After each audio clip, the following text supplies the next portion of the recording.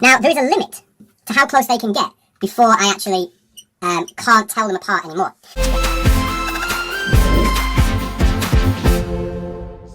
In terms of their assertion of an earth curve edge that gets in the way with a tangent point drawn to it to do the geometry to a claim. We've got blockages of boats, buildings, Isle of Man, whatever else they've claimed in the past. That's the second argument. Flat has released a video about Catz describing the diffraction limit in the form of the Rayleigh criterion. And it's not in earth curve mathematics. The only reason things disappear into the distance, regardless of whether or not he's obfuscating the fact that it's bottom up, they disappear because they're behind earth curve, and only because they are behind earth curve. That's what the calculator asserts. And 3 years ago we were saying, what about perspective? Things can disappear through an angular limitation.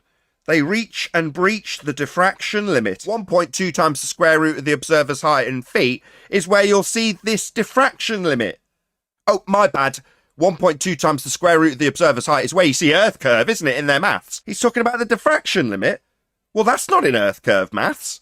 So there are other reasons why things can disappear, and you can calculate them with the Rayleigh criterion. Not in your maths. Things don't get to disappear because they've got too small an angle. That simply doesn't happen. There is no angular account in earth curve maths. Everything stays the same feet and inches value. I wanted to say the same thing there, because I thought Catz's demonstration was brilliant. I'm watching it, I'm thinking, this is great, Flat Earth. So what's he doing? Can't see the brick at a mile.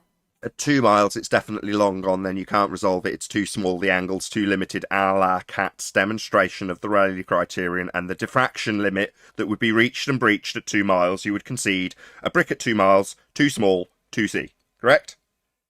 Yeah, you're definitely not going to see a brick at 2 miles away. What if I now pile on top of it a 10-story skyscraper? I'll see that from 2 miles away, yeah.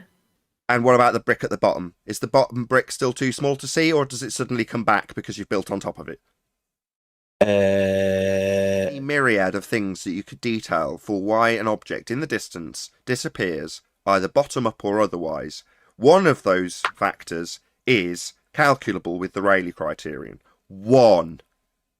Just one. So it's just a correlation then, Nathan. It just appears to be earth curve, but actually there are other things causing it.